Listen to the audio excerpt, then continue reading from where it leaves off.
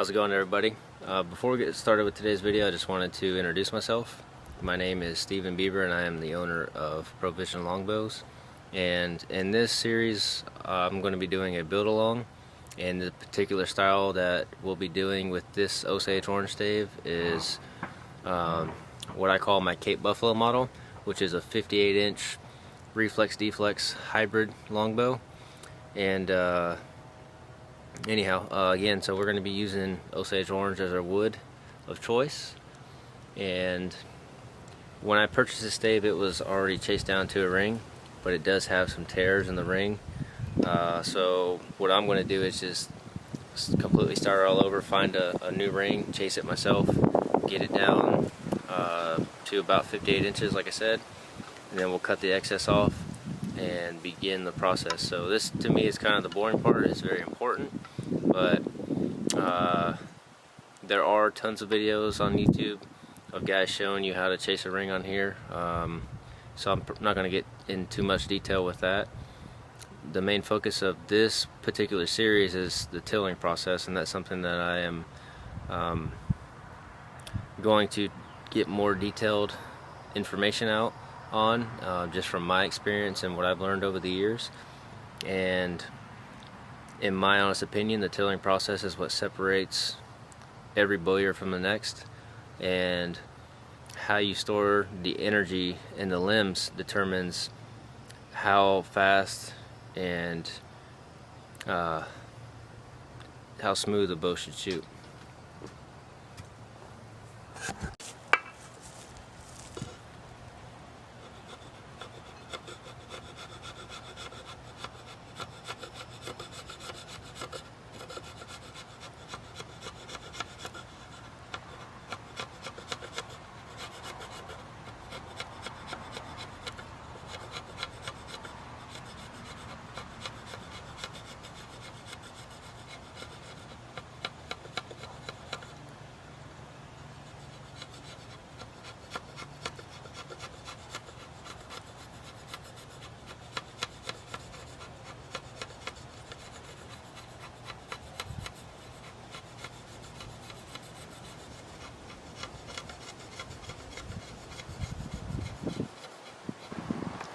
So basically what I'm doing here is just slowly working this to this backside here down into the ring below it.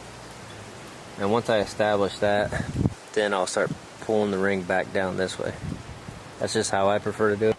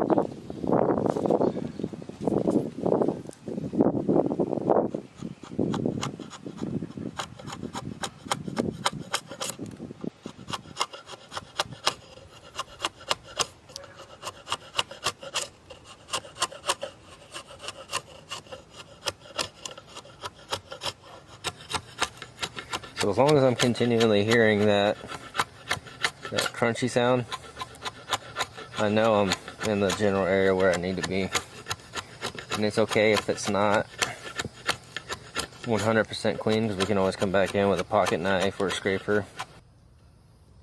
Alright guys, so I've gotten this ring chased down a good bit here, and I know it looks pretty sloppy right now, but you can always come back in with a scraper or a pocket knife and just kind of clean this up real good.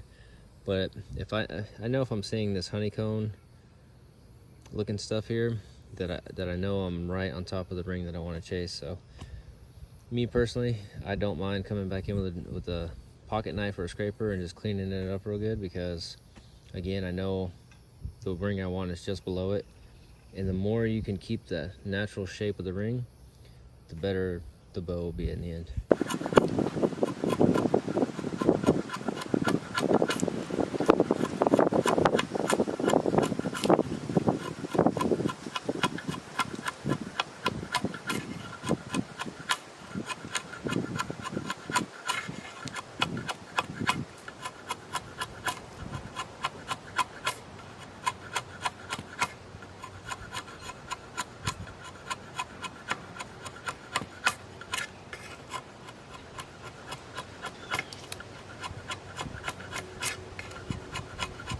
So I'm just kind of using my thigh to push this stave into the tree, just to kind of hold it a little securely. And when I chase the ring, I'm not gripping the draw knife super tight. I have a relatively loose grip on it, just what feels comfortable to me.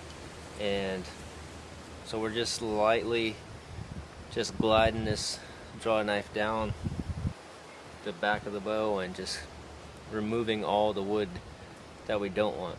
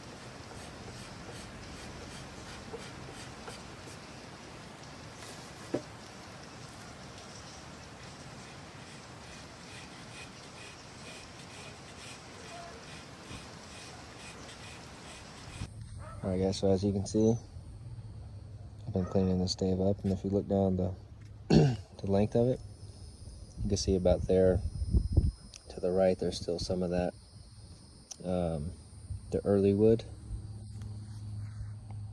on the stave here.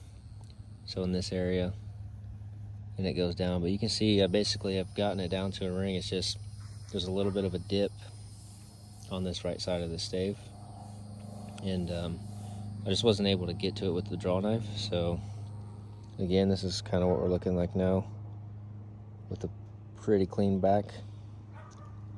And as we get down, you can start to see that early growth on the right side there. But anyway, so it's just kind of a tedious process, and personally I like to use a rounded scraper because you don't have as much surface area touching, and it's perfect for, like I said, this part of the ring kind of dips down in, so it allows this style where it's rounded off really helps to get down in those hard to reach spots.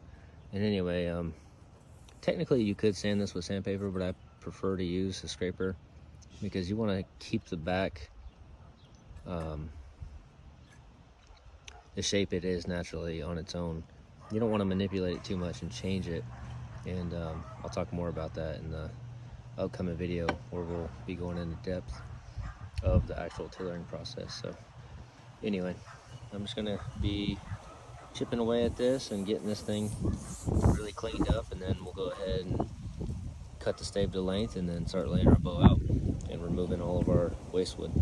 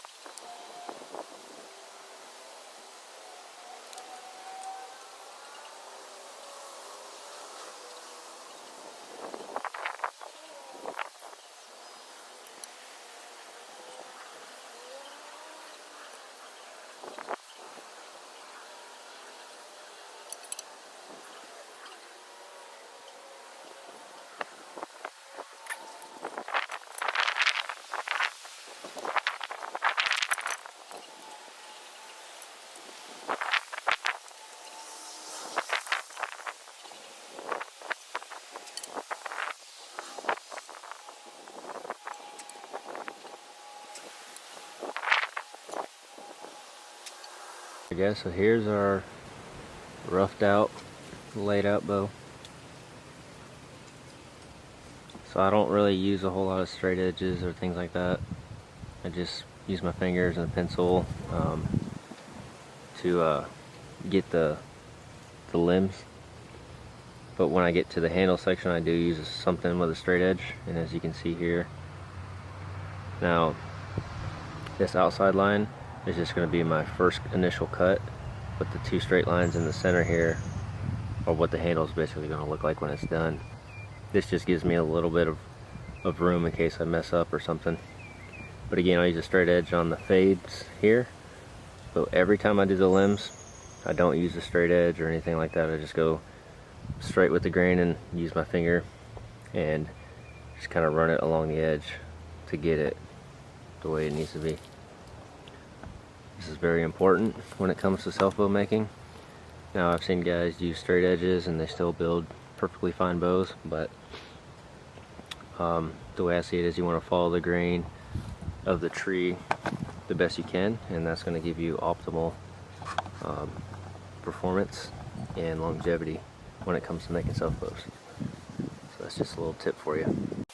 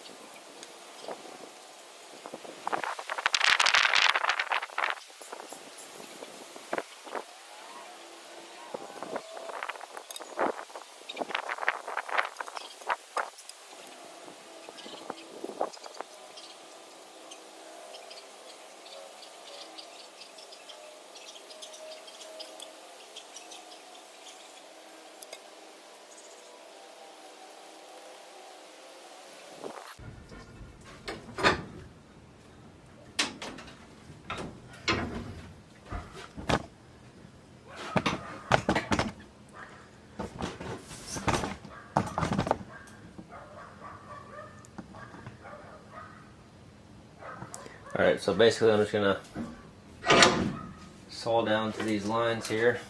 Use a marker so you guys can see this line a little better.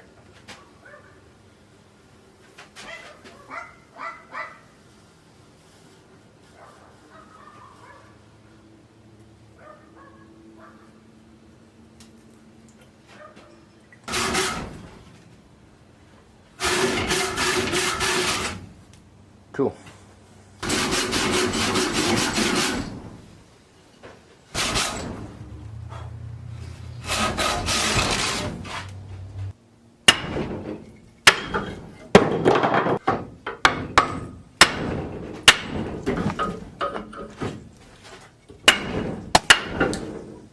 Oops.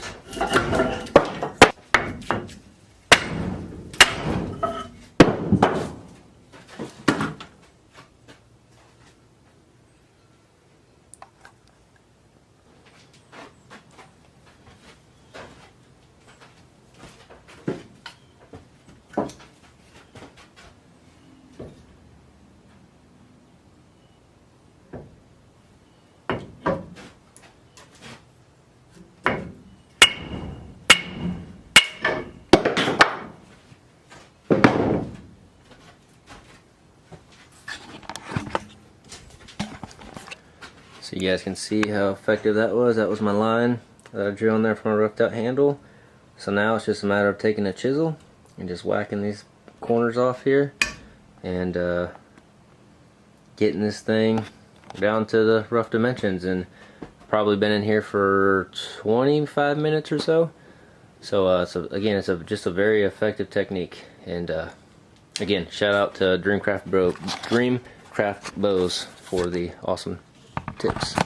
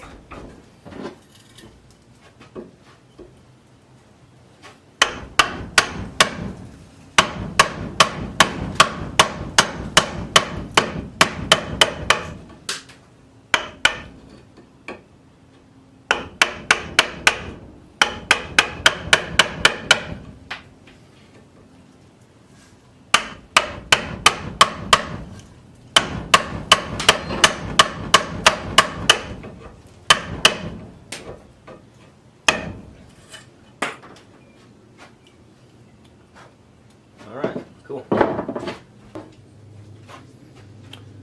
Alright, so now I'm just going to use my draw knife and get the limb thickness down closer to my lines. And the way I'm going to use this is I'm going to angle my draw knife to the sides. So for instance, this side I'll angle my draw knife this way, and if I go to take wood off of this opposite side, I'm going to angle this end up, and that'll leave us a nice ridge in the center of our limb that we can work down later.